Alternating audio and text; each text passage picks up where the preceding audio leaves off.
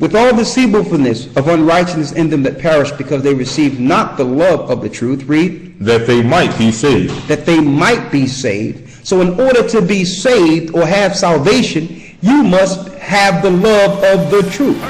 So when Christians say, well, all that matters they said, well, all that matters is, are you saved? Well, you can't be saved if you don't receive the love of the truth. You can't deny the truth and say nothing matters and say you're saved. Because they receive not the love of the truth, that they might be saved. Read. Verse 11. And for this cause the Most High Ahiah shall send them strong delusion. So the Most High God will send them a strong delusion that they what? That they should believe a lie. So the Most High is going to allow you to believe a lie. Since you want to stick your head in the sand and say nothing matters, He's going to have you believe the lie that was given to you by the lying doctrine of Christianity. Now, it's talking about a lie in specific, and we're going to show you this. Read. Verse 12. That they all might be damned to believe not the truth, but had pleasure in unrighteousness. Most people don't want to deal with the truth because what? The truth automatically brings change.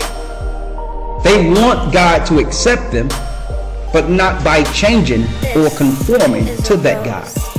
They want a God who can accept them the way they are.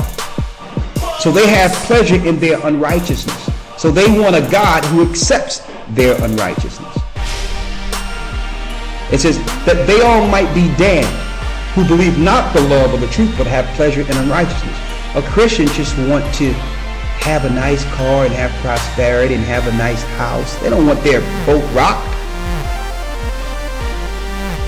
They don't want the responsibility of standing up against evil in the last days. They just want to show that they're good Christians and go to church every Sunday. So it was easy for Satan to package this particular doctrine of left behind to the pagans. Saying, listen, don't worry about all the bad stuff that's going on. That's fear-mongering. When the Most High says, the fear of the Most High is the beginning of wisdom. There's nothing wrong with fear if the fear drives you to the Most High to do the right thing. So you have Christians say, well, I don't feel no love. I don't feel good with this. This is scary.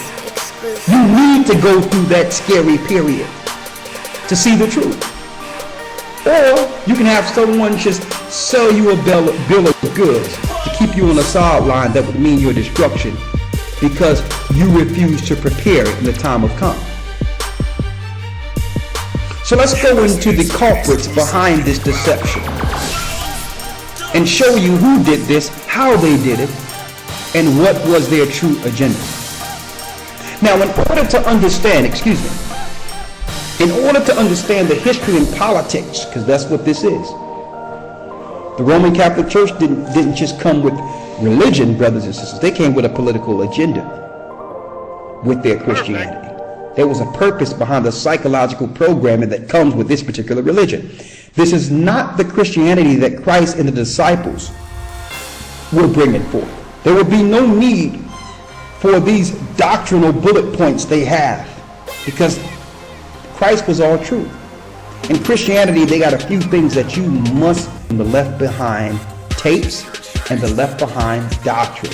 We're going to give it to you. Who created this? So the question is, Christians out there, are you believing the truth or the strong delusion? The strong delusion, brothers and sisters, is Christianity itself. That's the delusion. Because you notice Christians are in the delusional state. They're running around smiling.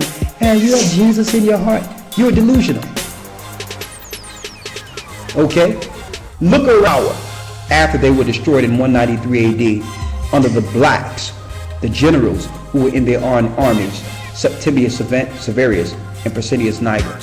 The Bible says that Rome's deadly wound was healed. So who wounded them? We wounded them. You think they forgot that? No. They went into Caesarea for a time to regroup and say, listen, we must come now as a political and religious system opposed to a people.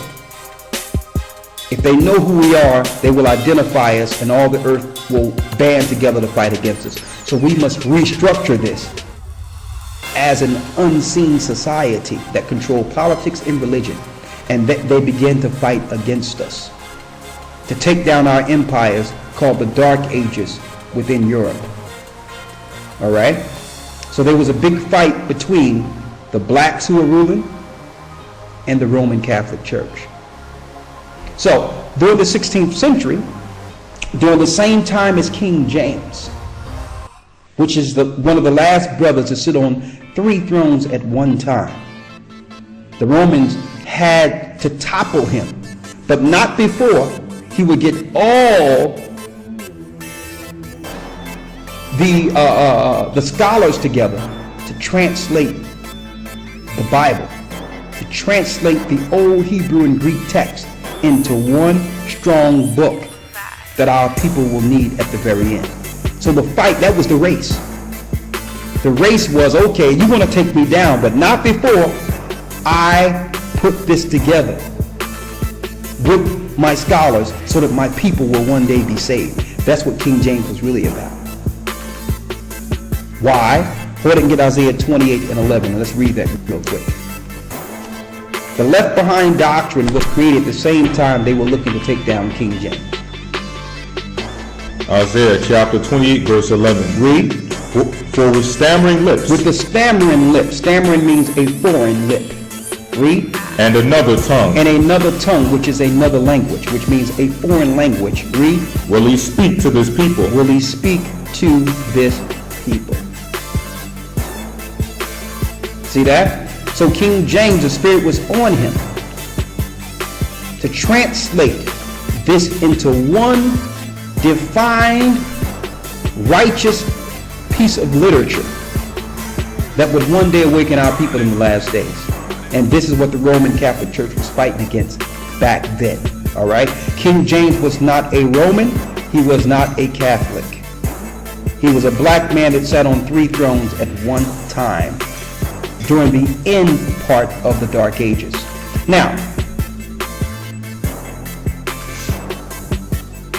what we've done for you, brothers and sisters, we've taken some excerpts from King James's own record.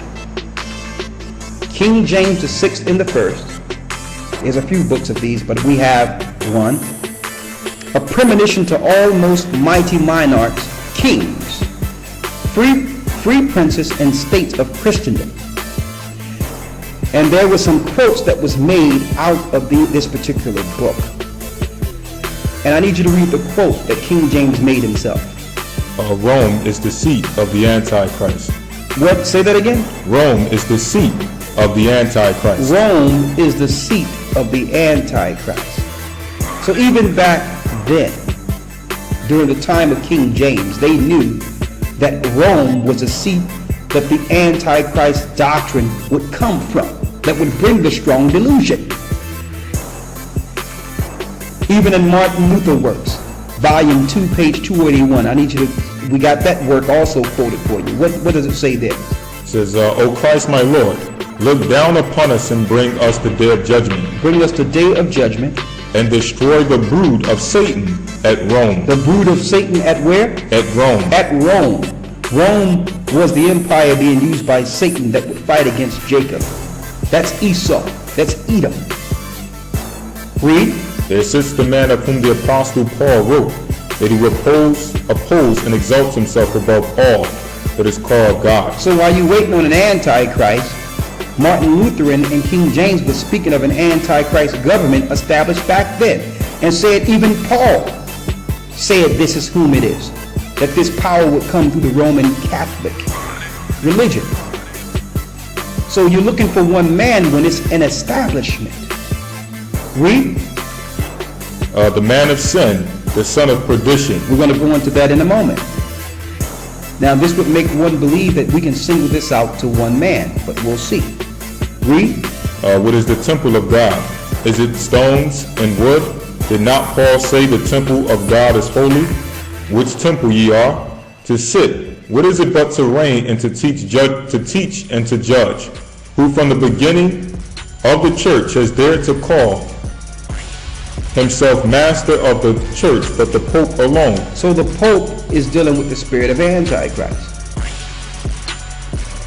Now, during the crisis time, there was no such thing as the Pope. But under the Roman temples, you had the high priest of the Roman temples.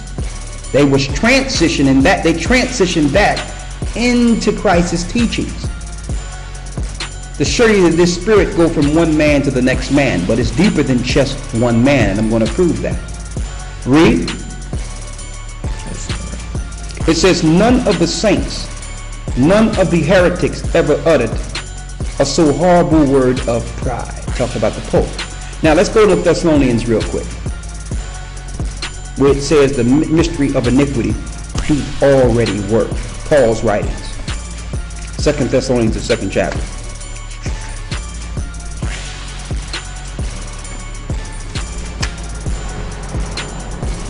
Second Thessalonians, chapter 2, verse 1. And we beseech you, brethren, by the coming of our Lord Yeshua Christ, and by our gathering together unto him, that ye be not soon shaken in mind or be troubled, neither by spirit, nor by word, nor by letter as from us, as that the day of Christ is at hand. The day of Christ is at hand. Read. Let no man deceive you by any means, for that day shall not come, except there come a falling away first. So Paul said the day of the Lord will not come unless there be a falling away first. That falling happened to us in 70 AD. That's Israel leaving Jerusalem altogether. That was the falling away. They teach you in Christian church, talking about there's going to be a big number of Christians falling away from the faith. A psychological programming into making you stay a Christian. When that falling away have nothing to do with Christians losing faith. The falling away is our people falling by the hands of the Romans in 70 AD. You must know the context of what Paul is saying here. He's talking about our people being taken down by the Roman Empire. More proof of that. He says there must be a falling away first that happened to us in 70 AD. Let's get that real quick, where it says they shall fall by the edge of the sword in the book of Luke.